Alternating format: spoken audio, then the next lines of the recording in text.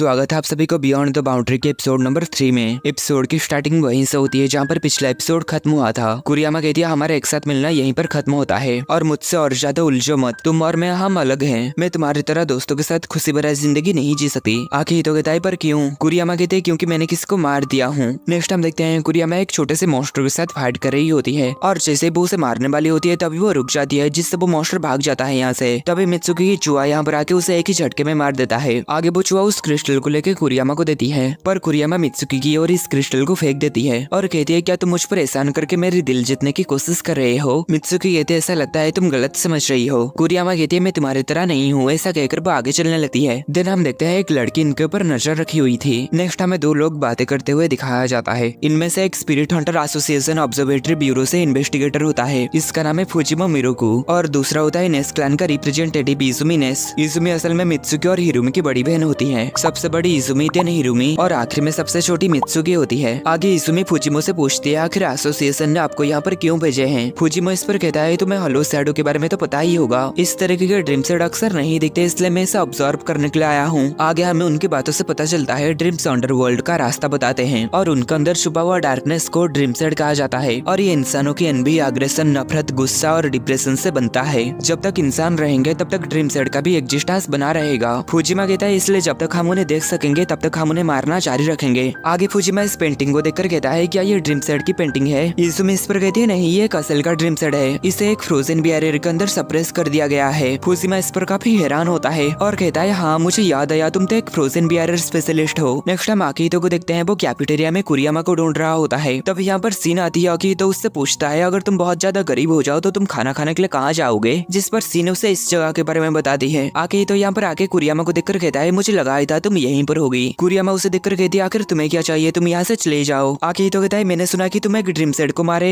और उस क्रिस्टल को बेच के जो पैसा मिला उसे मित्सुक ने मुझे तुम्हें देने के लिए कहा था। 10,000 यान देखकर कुरियामा काफी हैरान होती है और कहती है क्या उस क्रिस्टल का दाम इतना ज्यादा था? आगे वो अपनी हाथ आगे बढ़ाते हुए कहती है मुझे ये नहीं चाहिए। आकीतो कहता है क्या कहा नहीं चाहिए, पर तुम्हारे हरकतें तो कुछ और कह रही है। कुरियामा कहते है क्या तुम्हें पता है मैं इतने पैसे से कितना सारा खाना खरीद सकती हूँ? आकीतो कहता है तो इसे लोना मना कौन कर रहा है? कुरियामा इस पर रोते हुए कहती है मैं इस पैसे को नहीं ले सकती, पर आगे वो उस पैसे को ले लेती है। आगे आकीतो कहता है क्यों ना आज तुम हमारे क्लब में आओ। कुरियामा कहती है मैंने तुमसे पहले भी कहा था कि मेरे साथ ज्यादा उलझो मत। देन इतना कहकर वो यहाँ से जाने लगती है। आकीतो कहता है और तुम मेरे ऊपर हमेशा प्रैक्टिस किया करती थी, उसका क्या? कुरियामा कहती है मैं और ऐसा नहीं करूंगी। आकीतो कहता है तब तुम हमेशा मेरा पीछा किया करते थे, पर अब तुम मुझसे भाग रही हो। कुरियामा इस पर कुछ न कह के चली जाती है। तभी यहाँ पर हिरुमी आके आकीतो के बगल में हाथ डाल के कहता है क्या तुम कुरियामा मिराई के पीछे पड़े हो? नेक्स्ट हम देखते हैं कुरियामा यहाँ से जाते हुए उसकी मुलाकात नीनो से होती है। नीनो उससे देखकर कहती है तुम यहाँ पर नए नए आए हो, शायद तुम्हें इसलिए नहीं पता होगा कि मैं यहाँ पर टीचर हूँ। आगे वो उसके कान में कहती है तुम अब तक हलो शैडो के बारे में सुन ही चुके होगे।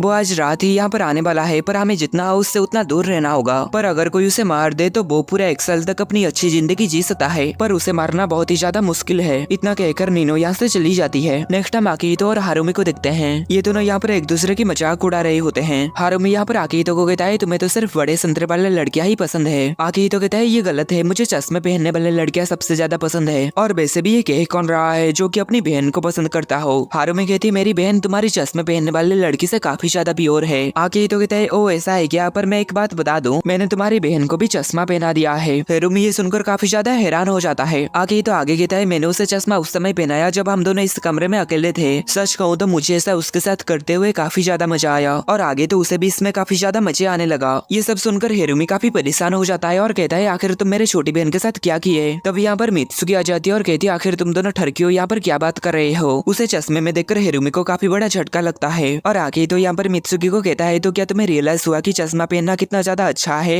मित्सुकी कहते मैं तो सिर्फ अपनी बिगड़ेल भाई को सबक सिखाना चाहती थी, और ऐसा कहकर वो उस चश्मे को उतार के फेंक देती है। आगे वो अपनी बड़े भाई से बात करने लगती है और पीछे एक कागज को छुपाते हुए आकीतो को देने लगती है। आकीतो जब इसे देखता है तो वो इसे ले लेता है। नेक्स्ट घर जाते हुए आकीतो जब इस कागज में देखता है तो मित्सुमी इस पर लिखी हुई थी 5:30 बजे मैं तुम्हारा इंतजार करूंगी, मुझसे मिलने आना। नेक्स्ट हम देखते हैं आकीतो और मित्सुकी बात करने के लिए इस खराब पड़े हुए ट्रेन के अंदर आ जाते हैं। मित्सुकी कहते शायद कुरियामा हलो शैडो के पीछे जाने के बारे में सोच रही है। ये बात सुनकर आकीतो काफी ज्यादा हैरान होता है और कहता है पर क्यों? मित्सुकी कहती है मुझे नहीं पता, और आगे कहती है एक स्पिरिट हंटर है जिसके नाम है इचिनोमिया लोरी, मैंने उससे कुछ जानकारी इकट्ठा करने के लिए कहा, मुझे यकीन है कि तुमने उसके बारे में सुना होगा। आकीतो कहता है हाँ मैंने सुना है कि वो अपनी दिमाग को सीधे इंटरनेट से जोड़ के किसी भी जानकारी पा सकती है। मित्सुकी कहते खैर वो एक ऐसी बातें ढूंढ निकाली जो कि लगभग एक भूतिया स्टोरी की तरह लगता है। क्या तुम इसे सुनना चाहोगे? नेक्स्ट हमें एक लड़की को हवा में उड़ते हुए दिखाया जाता है। नेक्स्ट सीन यहाँ पर ब्लू कलर के आसमान को देखकर कह रही होती है ये कितना सुंदर है, पर आगे जब वो मोबाइल से इसकी फोटो खींचती है तो उसके फोन में नॉर्मल आसमान की फोटो आती है। अयाका इस पर कहती है ये सिर्फ हलो शैडो की इफेक्ट की वजह से ऐसा दिख रहा है। तभी खिड़की के ऊपर ड्रीम सेड बहुत ही जोर जोर से मारने लगते हैं, जिसकी वजह से सीन काफी ज्यादा डर जाती है। अयाका कहती है सेड्स बहुत ही ज्यादा ही एक्टिव हो चुके हैं। आगे अयाका अपने घर के आसपास बैरियर बना देती है। हम देखते हैं उस बैरियर से टकरा के आसपास के सभी मॉन्स्टर्स मर जाते हैं। नेक्स्ट हम आकितो को देखते हैं जो कि मित्सुकी की बातों को ही सोच रहा होता है। मित्सुकी कहती थी जो कोई भी उस श्रापित ब्लड लाइन से जुड़ता है उस पर दुर्भाग्य आ पड़ता है और उस क्लैन का सिर्फ एक ही पर्सन जिंदा बच गया था। मिजुकी यहाँ पर कुरियामा की ही बात कर रही होती है। नेक्स्ट हम इजुमी और फुजिमा को देखते हैं। इजुमी कहते हैं हलो शैडो शहर के बीचों बीच देके जाएगा, अगर कोई स्पिरिट हंटर उसके सामने आ जाए तो वो उसे पोजेस कर सकता है। नेक्स्ट हम आकितो को देखते हैं जो कि कुरियामा के घर के पास आता है। कुरियामा उससे देखकर कहती है आखिर तुम यहाँ पर क्या कर रहे हो? आकितो उससे कहता है तुम हलो शैडो के पीछे जाओगे है ना? ये सुनकर कुरियामा काफी हैरान होती है। आकितो कहता है तुमने इनामी की बेटी को मार डाला जब वो हलो शैडो के कब्जे में आ गई थी। कुरियामा कहती है क्या तुम मेरे बारे में ये सब जानकारियाँ कहीं से ढूंढे?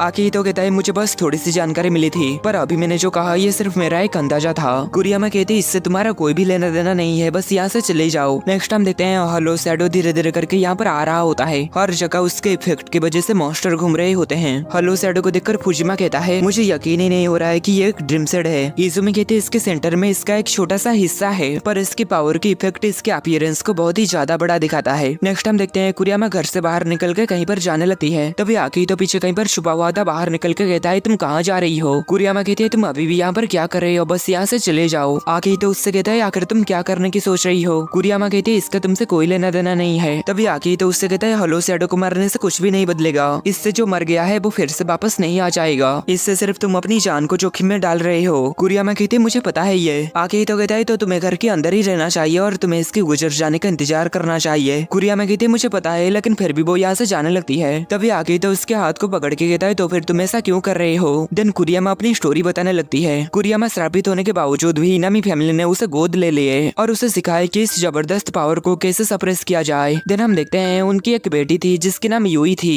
कुरियामा आगे कहती है मैं इनामी फैमिली में आइसोलेटेड होकर रहती थी, लेकिन यूई ने मुझे बाहरी दुनिया दिखाई। हम देखते हैं वो दोनों बहुत ही अच्छे दोस्त थे और एक साथ हमेशा खेला करते थे। एक दिन वो दोनों अपने स्कूल से काफी ज्यादा हंसी मजाक करके आ रहे होते हैं। तभी हम देखते हैं एक ब्लैक कलर के मॉन्स्टर यूई के ऊपर पोजेस कर लेती है और कुरियामा इसे देखकर अपनी रिंग को उतार देती है। आगे कुरियामा प्रेजेंट में कहती है मैं एक मर्डरर हूँ, उस समय मुझे मेरा जिंदगी खोने का डर महसूस हुआ। आगे तो कहता है तुम गलत हो। कुरियामा कहती है आखिर तुम जानते ही क्या हो? तुमने कहा था कि तुम एक हाफ सेड हो, तुम भी मेरी तरह एक यूनिक एंटिटी हो, लेकिन तुम गलत थे। तुम्हारे पास दोस्त है जैसे कि हिरुमी और मित्सुकी, और सबसे बड़ी बात यह है कि अयाका और सिन जैसे सेड्स भी तुम्हारे दोस्त हैं। आगे तो अभी भी कहता है तुम गलत हो। कुरियामा कहती है आखिर मैं कैसे गलत हूँ? मेरी सारी जिंदगी मुझे एक मॉन्स्टर जैसा ट्रीट किया गया है, लोग तो मुझे छूने से भी डरते थे। आखिर तुम मेरे बारे में कैसे ही जान सकते हो? ऐसे बिहेव करना बंद करो जैसे कि तुम मुझे समझ गए हो। दिन इतना कहकर वो यहाँ से जाने लगती है। तभी आकी तो उसके पीछे पीछे आने लगता है और कहता है रुको। तभी कुरियामा कहती है मेरी पीछा मत करो। नेक्स्ट हमें बताया गया है सभी हंटर्स को घर से बाहर ना निकलने के लिए कहा गया है, और जो कोई भी केज या फिर बैरियर बना सकते हैं वो सभी हलो शैडो को शहर से बाहर निकालने में मदद कर रहे हैं। नेक्स्ट हम देखते हैं हिरुमी भी यहाँ पर अपना बैरियर बना देता है, पर तभी यहाँ पर बहुत सारे मॉन्स्टर्स उसके ऊपर हमला करने के लिए आते हैं। नेक्स्ट हम देखते हैं कुरियामा भागते हुए कहीं पर जा रही होती है। नेक्स्ट हम देखते हैं यहाँ पर जब एक सेड इन दोनों के ऊपर हमला करने के लिए आता है, फुजिमा उसे एक ही झटके में मार देता है। नेक्स्ट कुरियामा इस ट्रक के ऊपर बैठ के इस जंगल में आ जाती है। आगे वो सामने देखती है तो पहाड़ों के बीच में से हलो शैडो आ रहा था।